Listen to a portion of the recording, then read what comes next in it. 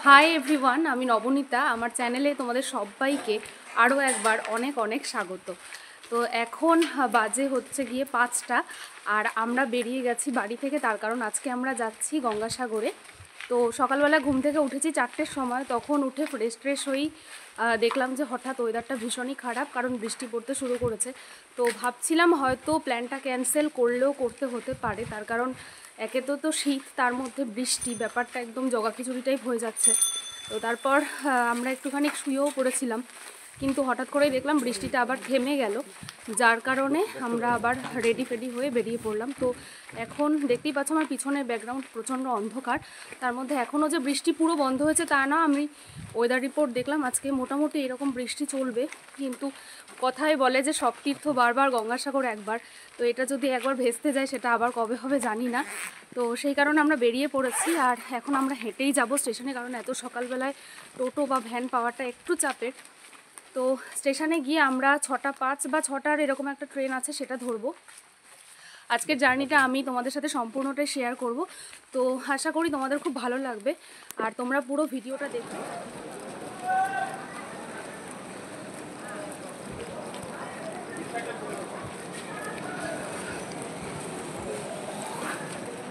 আমরা বারাসাত থেকে দত্তপুকুর লোকালটা পেয়ে গেছিলাম। মানে আমরা 6টা 6-এর যে ট্রেনটা ধরবো ভেবেছিলাম, তো সেটা আগেই দত্তপুকুর লোকালটা চলে এসেছিলো। ফরচুনেটলি সেটা পেয়ে গেছি, তো তাড়াতাড়ি চলে এসেছি। আর এখন শিয়ালদায় পৌঁছে গেছি, আর এখান থেকে সাউথের ট্রেন রয়েছে 7টা 14-তে।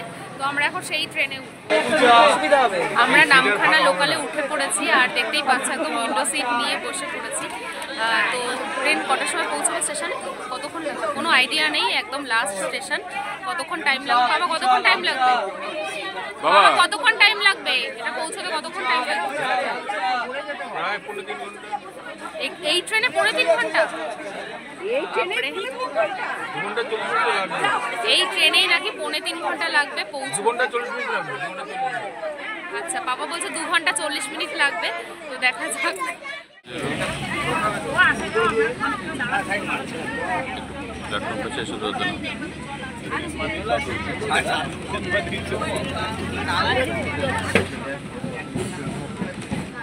আমরা এই নেমে পড়লাম কাকদ্বীপ স্টেশনে। তো আমি তো জানতাম না, আমি ভেবেছিলাম ফার্স্টে হয়তো নামখানাতেই নামতে হবে, ওটাই শেষ স্টেশন মানে এই ট্রেনের এই লাইনের। তো বাবা বললো যে না, নামখানা স্টেশনে নামলে হবে না, কাকদ্বীপ থেকে নেমে তারপরে ভেসেল ধরতে হবে।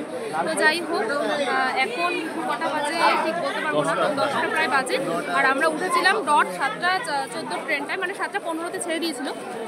তো এখন এসে পৌঁছলাম, মানে এই এতক্ষণে জার্নিতে পুরো মানে অর্ধেক শেষ। তো এখনও কখন পৌঁছবো সেটা জানি না। তো যাই হোক, এখন তো খুব ক্লাউডি ওয়েদার আজকে, আর তার সাথে বৃষ্টিও পড়ছে টিপটিপ করে। তো চেষ্টা করবো তোমাদের সাথে পুরোটা শেয়ার করার। তো দেখতে থাকবো। আমরা কাকদ্বীপ স্টেশনে নেমে উঠে পড়েছি টোটোতে, আর টোটো করে এখন যাচ্ছি লট আট ভেসেল ঘাটের দিকে। সেখানে গিয়ে আমরা ভেসেল ধরবো, মানে জেটিতে গিয়ে। তো এখানে টোটো থেকে ওই ভেসেল ঘাট পর্যন্ত ডিস্টেন্স 15 মিনিট টোটোতে। আর এখানের ভাড়া কত করে? 20 টাকা করে পার। আমরা নেমে পড়েছি টোটো থেকে, আর এখন এগিয়ে যাচ্ছি জেটির দিকে। আমরা এখন অপেক্ষা করছি জেটির থেকে লঞ্চে ওঠার জন্য, আর ওইদিকে উদি দাঁড়িয়েছে লাইনে টিকিট কাটার জন্য। আর তোমরা দেখো যে কত ভিড় এখানে টিকিটের লাইনটা।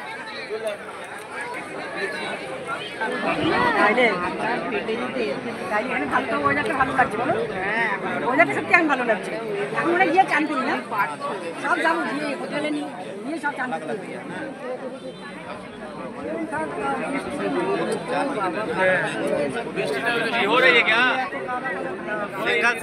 তো আমরা অনেক অপেক্ষার পর ভেসেলের টিকিটটা পেলাম, এবং তারপর চলে আসলাম ভেসেল ধরার জন্য।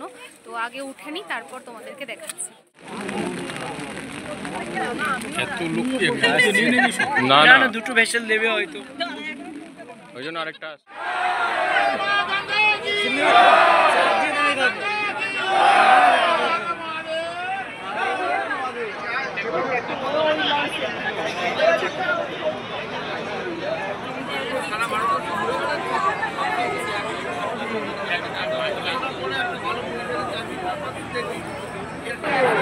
আমরা এখন উঠে পড়েছি ভেসেলে, আর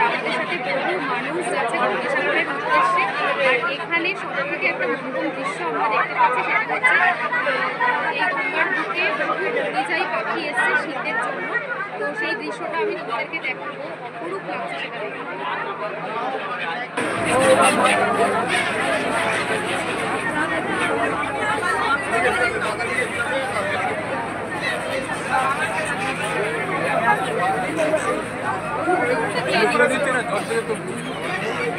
আমার বয়স আছে সেটা উঠতে উঠতে খেয়ে নিচ্ছে।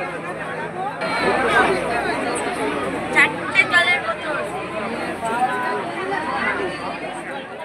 এই জাস্ট ভেসেল থেকে নামলাম, আর ভেসেল থেকে নেমেই আমরা ভীষণ বিধ্বস্ত হয়ে পড়েছি। আর এখানে সবাই মিলে খাচ্ছে ডাব, আমার খাওয়া হয়ে গেছে। আর এই ব্যাগে প্রচুর খাবার দাবার নিয়ে এসেছি, যেটা আমরা একটা জায়গায় বসে আগে খেয়ে নেব, কারণ সকাল থেকে সেরকম হেভি কিছু খাওয়া হয়নি, শরীরটা দিচ্ছে না। তারপর খাওয়া দাওয়া করে আমরা ম্যাজিক গাড়ি ধরে গঙ্গাসাগরের উদ্দেশ্যে আবার রওনা দেব। আমরা এখন উঠে পড়েছি ম্যাজিক গাড়িতে। ম্যাজিক গাড়ি থেকে গঙ্গাসাগরের দূরত্ব হচ্ছে 40 মিনিট। আর তোমাদেরকে এর আগে বলছিলামই যে আমরা একটু কিছু খেয়ে নেবো একটা জায়গায় বসে। তো দুপুরবেলা হয়ে গেছে যেহেতু লাঞ্চের টাইম, তো আমরা একটা হিন্দু হোটেলে ঢুকে আমরা ভাত খেয়ে নিয়েছি। আর এর মধ্যে তো প্যাকটা পুরো খাবার দাবার রয়েছেই, তো পরে তোমাদের সাথে গিয়ে কথা বলছি। আমরা এখন চলে এসেছি ভারত সেবাশ্রম সংঘে, এটা হলো তার মেইন গেট। আর আজকে রাত্রে আমরা এখানেই স্টে করব।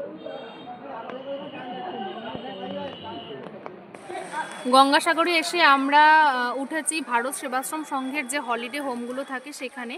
তো জায়গাটা আমি তোমাদেরকে একটু দেখানোর চেষ্টা করছি। ওই দিক থেকে আমরা ঢুকেছি, আর ঢোকার পরে মানে মিডিল পোর্শনটায় রয়েছে ভারত সেবাশ্রম সংঘের এই মন্দিরটা, যেখানে সন্ধেবেলায় সন্ধে আরতি হয়। দেখো কত সুন্দর লাগছে দেখতে।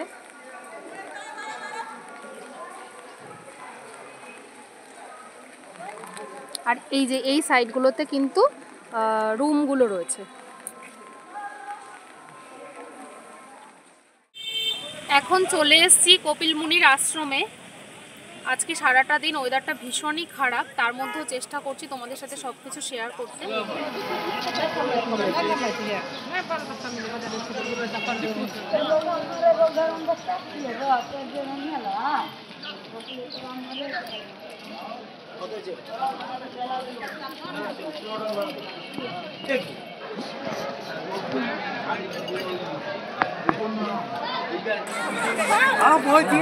দেখতে পাবেন এখন জাম করে ওখানে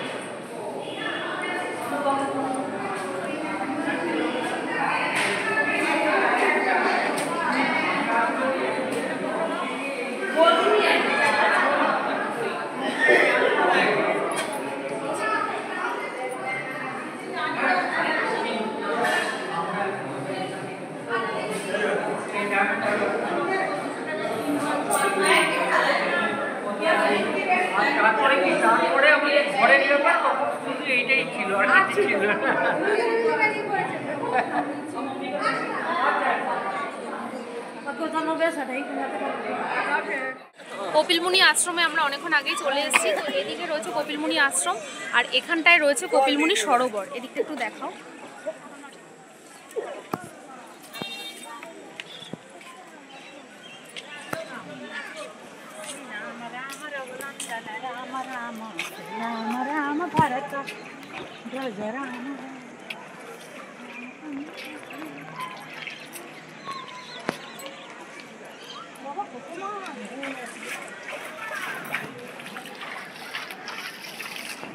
তো এখানে দেখতেই পাচ্ছ, এখানে রয়েছে এই পুকুরটার মিডিলে মা গঙ্গার একটা মূর্তি, যেটা ভীষণ সুন্দর লাগছে দেখতে।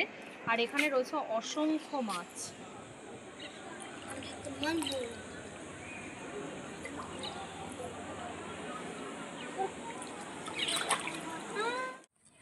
আমরা এখন যাচ্ছি সাগরের উদ্দেশ্যে। তো ওই দিকটাতে কাজ হচ্ছে বলে আমাদেরকে বললো এই মাঠের মধ্যে দিয়ে গেলে শর্টকাট হবে, তার জন্য আমরা এখান দিয়ে যাচ্ছি।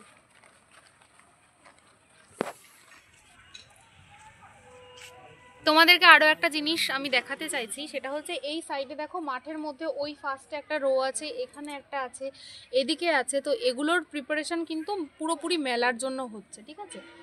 আর এখানে অসংখ্য বাঁশ রাখা রয়েছে। তো এই স্থানীয় বাসিন্দাদের কাছে কথা বলে যেটা শুনতে পারলাম, সেটা সামনেই যেহেতু মেলা, তো মেলারই প্রিপারেশন শুরু হবে আর কি, তার জন্য এখানে পুরো দমে সব কিছু প্রস্তুতি চলছে। অনেকক্ষণ জার্নি করে, অনেক পরিশ্রম করে, কষ্ট করে অবশেষে আমরা সাগরের মুখ দর্শন করতে পারলাম। তো এদিকে রয়েছে মেন গঙ্গাসাগর এবং স্নানের ঘাট, তোমরা দেখতেই পাচ্ছ।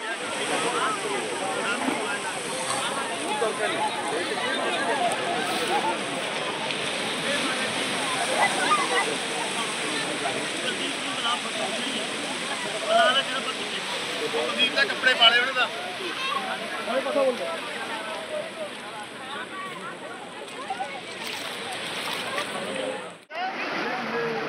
আমরা এখন চলে এসেছি একদম মেন সাগরের মধ্যে, এসে পাও ডুবিয়ে নিয়েছি। কালকে সকালবেলা স্নান ধান করা হবে। আর যে মানুষটার জন্য আমাদের এই ফার্স্ট টাইম গঙ্গাসাগরে আসা, সেটা হচ্ছে কি আমার বাবা। তো বাবার একটা ইচ্ছে ছিল অনেক বছর থেকেই যে গঙ্গাসাগরে আসলে, যতবার আসতে হয়েছে কিছু না কিছুর জন্য আসতে পারেনি, অবশেষে আমাদের সবাইকে নিয়ে এসছে। তো আমি শুনে নেবো বাবার এখানে এসে কেমন লাগছে। আমার তো অভিজ্ঞতা ভালো অভিজ্ঞতা হলো, এরকম বুঝতে পারিনি যে এরকম পরিবেশ গঙ্গাসাগরে। সত্যি তাই, ওয়েদারটা আমাদের মানে সাথ দিল না, তবু আমরা প্ল্যান ক্যান্সেল হতেও ভাবলাম যে না, মানুষটা এত বছর ধরে চেয়েছে গঙ্গাসাগরে আসবো, তো আমরা ভাবলাম যে একবার যখন উদ্যোগ নিয়েছি, যাই হোক না কেন একবার চলে আসতে পারলে ব্যাস, আর কোনো কিছু অসুবিধা হবে না। ভালোভাবেই উপভোগ করলাম। হ্যাঁ হ্যাঁ, এখন বৃষ্টিটা একটু কমেছে, কিন্তু আকাশটা প্রচন্ড ক্লাউডি, দেখা যাক কালকে কি। দেখতেই পাচ্ছ আমার ব্যাকগ্রাউন্ডে প্রচুর মানুষ রয়েছে যারা এখনো কিন্তু স্নান করে যাচ্ছে। তো এখানে সিস্টেম ভীষণ সুন্দর, এখানে স্নান করার পরে এখানে একটা টেন্ট মতন করে রাখা আছে, যেখানে তোমরা কিন্তু চেঞ্জ করতে পারবে, কোনো অসুবিধা নেই।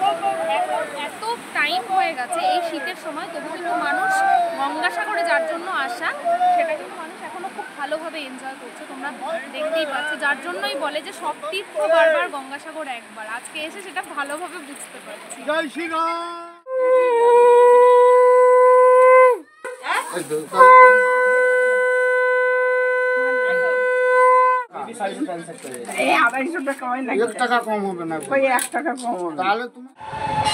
এখন বেজে গেছে ঘড়িতে 7:30, আর আমরা ওপর থেকে নিচে এসেছি। ভারত সেবাশ্রম সংঘের ওপরেই আমরা রয়েছি, আর আমি এখন চলে এসেছি তাদের মেন মন্দিরটার সামনে। তার কারণ এখন সন্ধে আরতি শুরু হবে, কীর্তন অনেকক্ষণ আগে থেকে শুরু হয়ে গেছে। তো সন্ধে আরতিটা দেখার খুব ইচ্ছে বলেই আমরা সবাই নিচে এসেছি, তোমাদেরকেও দেখাচ্ছি।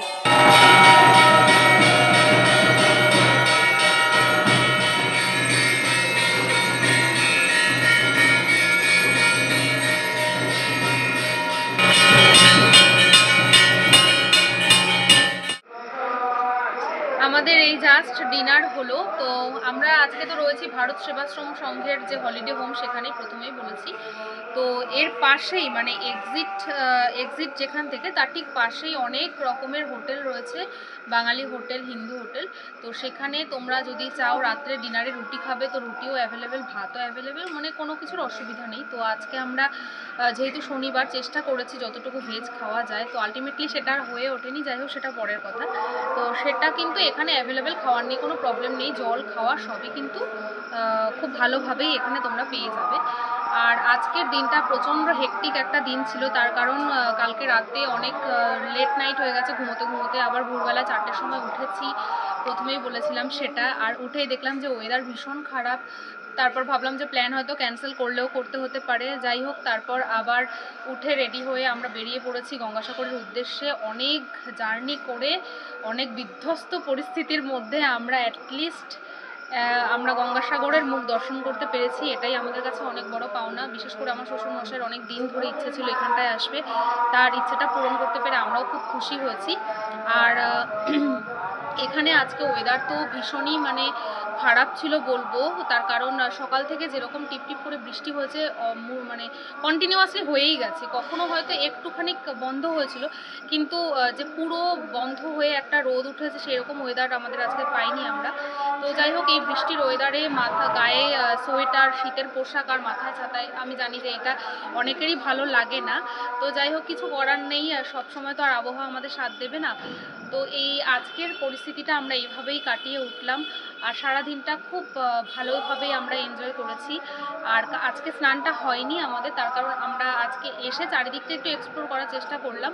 তো কালকে সকালবেলায় উঠেই যত তাড়াতাড়ি উঠতে পারবো তত তাড়াতাড়ি গঙ্গাসাগরে গিয়ে আমরা একটু স্নান করার আমাদের ইচ্ছে আছে। তো দেখা হবে তোমাদের সাথে আবার নেক্সট ব্লগে। তো আশা করছি আজকের এই ব্লগটা তোমাদের খুব ভালো লাগবে। তোমরা যারা যারা গঙ্গাসাগরে আসোনি, আমি বলবো পরিবারের সবাইকে নিয়ে একবার এসো, জায়গাটা খুব সুন্দর, খুব ভালো লাগবে। মানে আগের দিন এসে পরের দিন চলে যাওয়ার প্ল্যান করো। আর আমি আজকের ব্লগটা এখানেই এন্ড করছি। যদি ব্লগটা ভালো লেগে থাকে তাহলে অবশ্যই করে কিন্তু লাইক করবে, কমেন্ট করবে, আর যদি চ্যানেলে নতুন হয়ে থাকো তাহলে আমার চ্যানেলটা অবশ্যই করে সাবস্ক্রাইব করবে। দেখা হবে পরবর্তী একটা ইন্টারেস্টিং ব্লগে, ততক্ষণের জন্য গুড নাইট।